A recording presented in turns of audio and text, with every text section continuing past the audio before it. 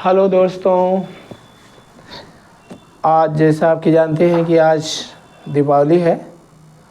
बहुत हिंदुओं का बहुत पवित्र त्यौहार है। आज सभी स्टूडेंट को हैप्पी दिवाली। चलिए आज हम लोग देखते हैं, पढ़ेंगे अध्याय 5 वंशागत तथा विविधता के सिद्धांत, जिसे इंग्लिश में कहते हैं theory of inheritance and variation. इसमें हम लोग आज ये जानेंगे कि जैसे कि मटर का पौधा मटर ही होता है, मानव का बच्चा मानव ही होता है, गेहूँ गेहूँ ही होता है। जो भी फसलें हैं वो अपने ही कह सकते हैं जनक के समान होती हैं। ऐसा क्यों होता है? तो इसमें यही थोड़ा सा बताया गया है इसमें कि ये सब डीएनए होता है। डीएनए क्या होता है ये हम लोग थोड़ा सा जानेंगे इसके बारे में। डीएनए जो होता है वही आनुवंशिक जो लक्षण होते हैं माता पिता का, वो एक पीढ़ी से दूसरी पीढ़ी में लेकर के जाते हैं। किसमें यही अध्ययन करना है। इसमें जो डीएनए है ये क्या है, डीएनए क्या है, आनुवंशिक लक्षण, इन सभी के बारे में हम लोग आज जानेंगे। चलिए हम लोग देखते हैं इसमें कि जैसे देखिए जो जनक है, क्या है जनक, जैसे जनक होते हैं वैसे ही उनके लक्षण होते हैं। अगर माता पिता जैसे होंगे वैसे उनकी संतानें भी होती हैं। हाँ, कि जैसे अभी हमने बताया कि मटर का पौधा मटर होता है, गेहूं का पौधा गेहूं होता है और मानव का बच्चा मानव होता है। तो इसमें हम लोग आज जानेंगे कि जैसे जनक होंगे वैसे उनकी संतानें होंगी। जनक मतलब जैसे कि मानव की बात करें, मानव, तो मानव का बच्चा मानव होता है। हाँ, ऐसा क्यों होता है इसमें हम लोग देखेंगे। यानी जैसे ही माता पिता कह सकते हैं कि गोरे, सांवले या आँखें काली भूरी नीली हैं, आँखें कर सकते हैं कि काली भूरी नीली है, काली भूरी नीली है, बाल घुंघराले हैं।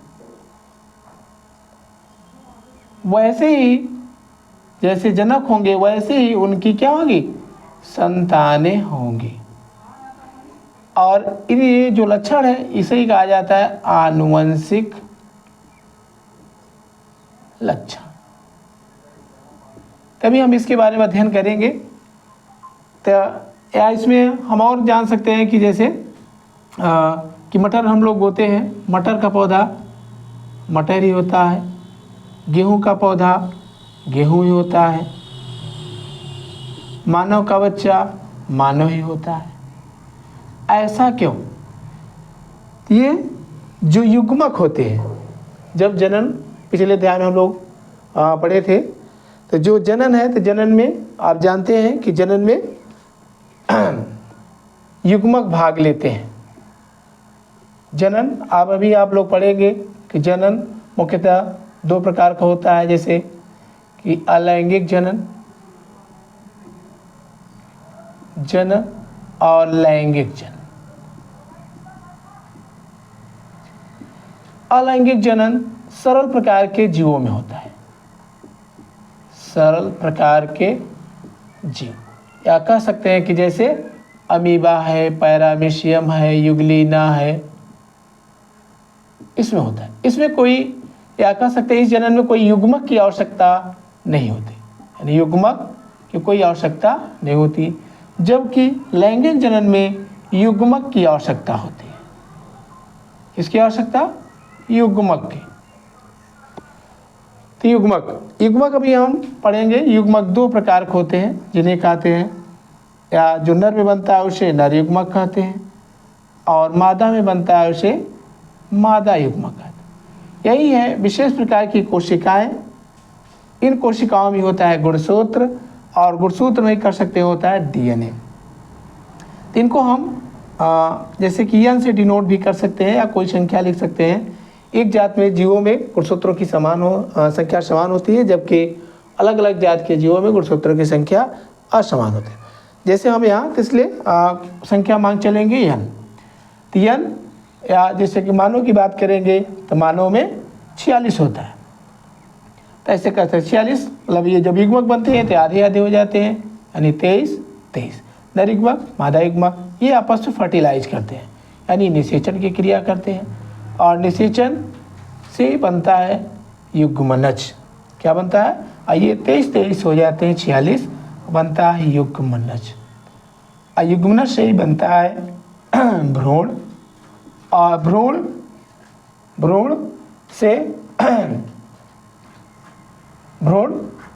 भ्रूण से ही बनता है शिशु। क्या बनता है? शिशु बनता है। शिशु जैसा कि हम जानते हैं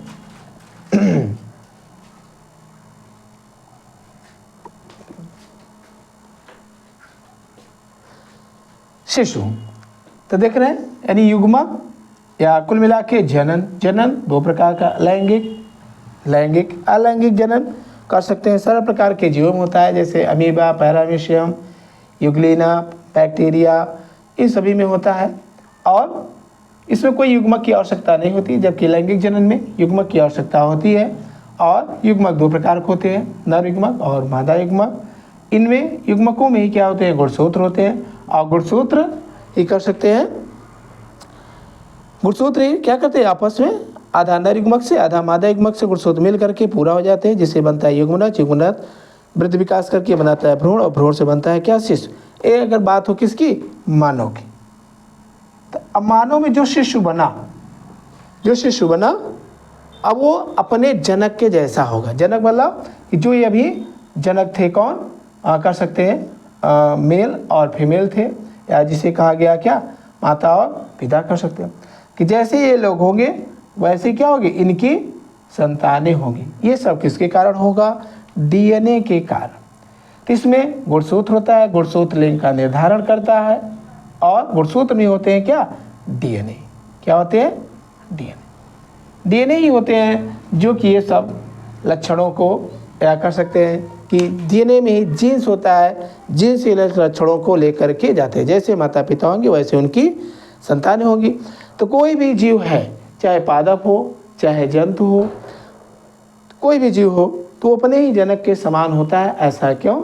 ये सब गुणसूत्र डीएनए या जीन्स के कारण कर सकते हैं, ये होता है। चलिए आइए हम लोग देखते हैं, इसमें यही बताया गया है वंशागत तथा विविधता के सिद्धांत। तो पहले हम लोग जानेंगे वंशागत। क्या जानेंगे? वंशागत, या इसे कहते हैं आनुवंशिकता। इसे इंग्लिश में कहते हैं इनहेरिटेंस या हेरेडिटी। वंशागत या आनुवंशिकता क्या है? देखिए, तो वंशागत क्या है कि आनुवंशिक लक्षणों का जानना। आनुवंशिक लक्षणों का एक पीढ़ी से दूसरी पीढ़ी में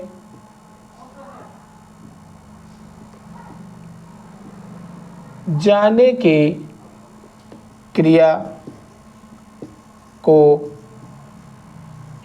आनुवंशिकता या वंशागत कहते हैं।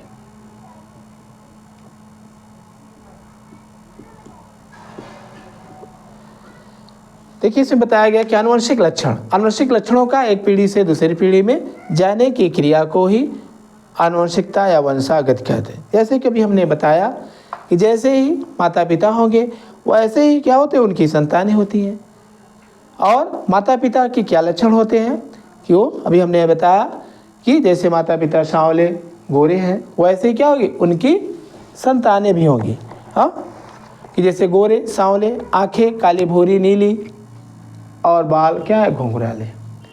ये सब लक्षण ही क्या कहलाते हैं? आनुवंशिक लक्षण। यही कहलाता है एक पीढ़ी से दूसरी पीढ़ी में जाने की क्रिया को आनुवंशिकता या वंशागति कहते हैं।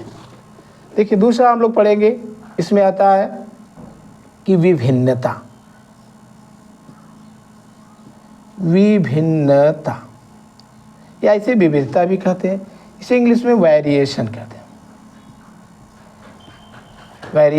वेरिएशन क्या होता है कि जैसे देखिए एक ही माता पिता की दो संतानें हैं,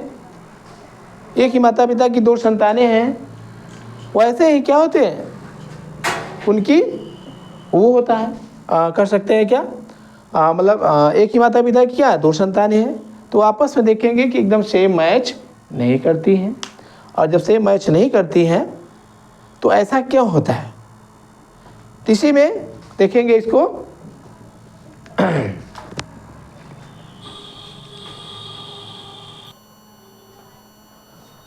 तो यही है विभिन्नता। विभिन्नता देखिए क्या है विभिन्नता, कि एक ही माता पिता की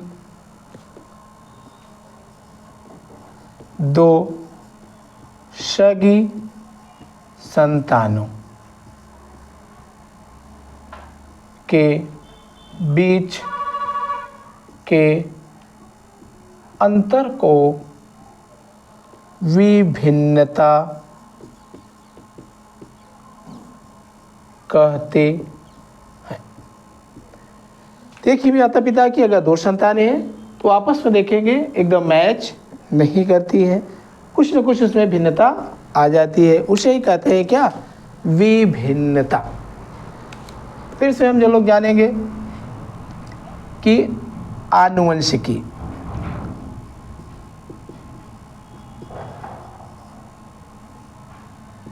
या इसे इंग्लिश में कहते हैं जेनेटिक्स। जेनेटिक्स क्या है, आनुवंशिक लक्षणों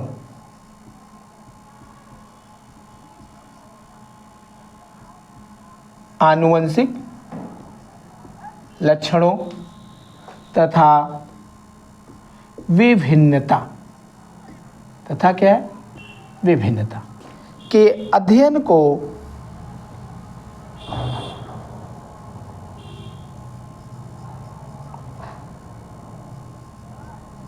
आनुवंशिकी कहते हैं।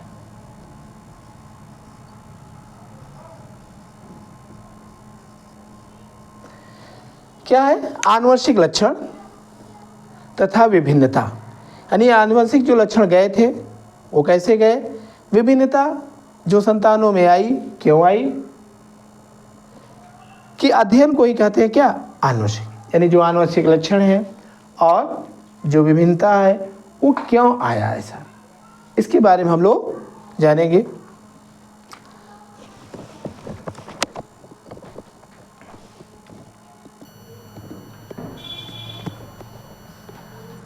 थोड़ा सा हम लोग देखते हैं कि आनुवंशिकी, विभिन्नता और आंशिकता में थोड़ा थोड़ा अंतर है। इसमें कुछ अगर समझ में आया होगा तो कमेंट्स जरूर करिएगा, नहीं समझ में आया होगा तभी आप लोग कमेंट्स करिएगा, लाइक एंड शेयर करिएगा। अच्छा लगा होगा तो वीडियो हमारी, इसमें देखते हैं यानी आनुवंशिक लक्षणों तथा विभिन्नता के अध्ययन को ही कहा गया क्या आनुवंशिकी कहते हैं। आनुवंशिकी एक शब्द है, ये शब्द कुछ वैज्ञानिक हैं या एक वैज्ञानिक है कह सकते हैं, नोट पॉइंट में लिख सकते हैं इसको कि आनुवंशिकी शब्द का प्रयोग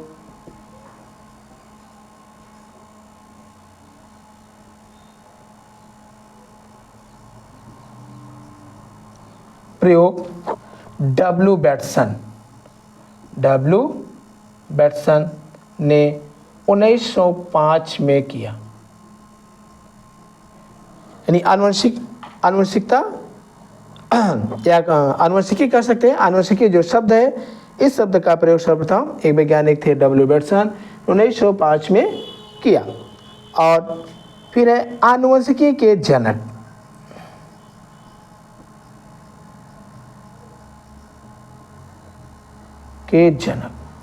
आनुवंशिकी के जनक ग्रेगर जॉन मेंडल है।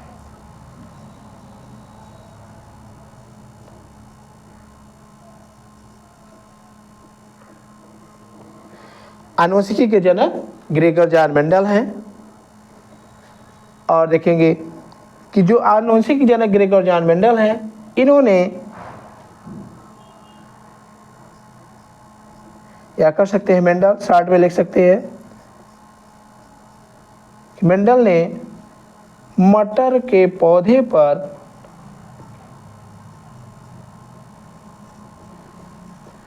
पर अपना प्रयोग किया। ऐसा आप नोट्स भी तैयार कर सकते हैं धीरे धीरे। अगर लिखते रहेंगे आप लोग तो धीरे धीरे आपका नोट्स भी तैयार हो जाएगा, इसलिए लिखते जाइए आप लोग अगर लिखना है तो, नहीं तो आप बस ऐसे लेक्चर सुनते रहिए, थोड़ा बहुत देखेंगे तो धीरे धीरे ये याद हो जाएगा आप लोग। और देखिए इसमें कि जो मेंडल ने मटर के पौधे पर अपना प्रयोग किया, इसके बारे में हम लोग अभी आगे पढ़ेंगे। यानी आनुवंशिकी, तो इसमें देखिए फिर से एक बार हम रिपीट करते हैं कि वंशागत या आनुवंशिकता क्या है। इसमें बताया गया कि आनुवंशिक लक्षणों का एक पीढ़ी से दूसरी पीढ़ी में जाने की क्रिया को आनुवंशिकता या वंशागति कहते हैं। आनुवंशिक लक्षण क्या थे? अभी हमने बताया कि जैसे माता पिता होते हैं वैसे उनकी संतानें होती हैं, कि माता पिता जैसे होंगे गोरे सांवले, आंखें काली भूरी नीली, बाल घुंघराले, जैसी भी होंगे वैसे उनकी क्या होती है? संतानें। ये होते हैं आनुवंशिक लक्षण, इसी को जानने की क्रिया को आनुवंशिकता कहते हैं। फिर है विभिन्नता। विभिन्नता क्या है? कि एक ही माता पिता की देखेंगे दो संतानें होती हैं, वो देखेंगे आपस में बैच थोड़ा कम करती हैं, कुछ न कुछ उसमें अंतर जरूर होता है, उसे ही कहते हैं विभिन्नता। तो यही है कि एक ही माता पिता की दो सगी संतानों के बीच के अंतर को विभिन्नता कहते हैं। आनुवंशिकी, आनुवंशिकी क्या होता है कि आनुवंशिक लक्षणों तथा विभिन्नता के अध्ययन को आनुवंशिकी कहते हैं। यानी जो आनुवंशिक लक्षण गए, विभिन्नता आई, ऐसा क्यों है, इसका अध्ययन हम लोग जो करते हैं उसे ही आनुवंशिकी कहते हैं। आनुवंशिकी एक शब्द था, आनुवंशिक शब्द का प्रयोग सर्वप्रथम डब्ल्यू बेटसन ने किया, और आनुवंशिकी के जनक ग्रेगर जॉन मेंडल हैं। ग्रेगर जॉन मेंडल मटर के पौधे पर अपना प्रयोग किया, और ऐसे ही मानव आनुवंशिकी के जनक भी फ्रांसिस गाल्टन है। अभी फ्रांसिस गाल्टन है। चलिए हम लोग देखते हैं इसको। तो ऐसे ही ये हमारा पार्ट 1 है, ये भाग 1 है, वंशागत विविधता के सिद्धांत का भाग 1। भाग 2 आपको जल्द ही प्राप्त होगा।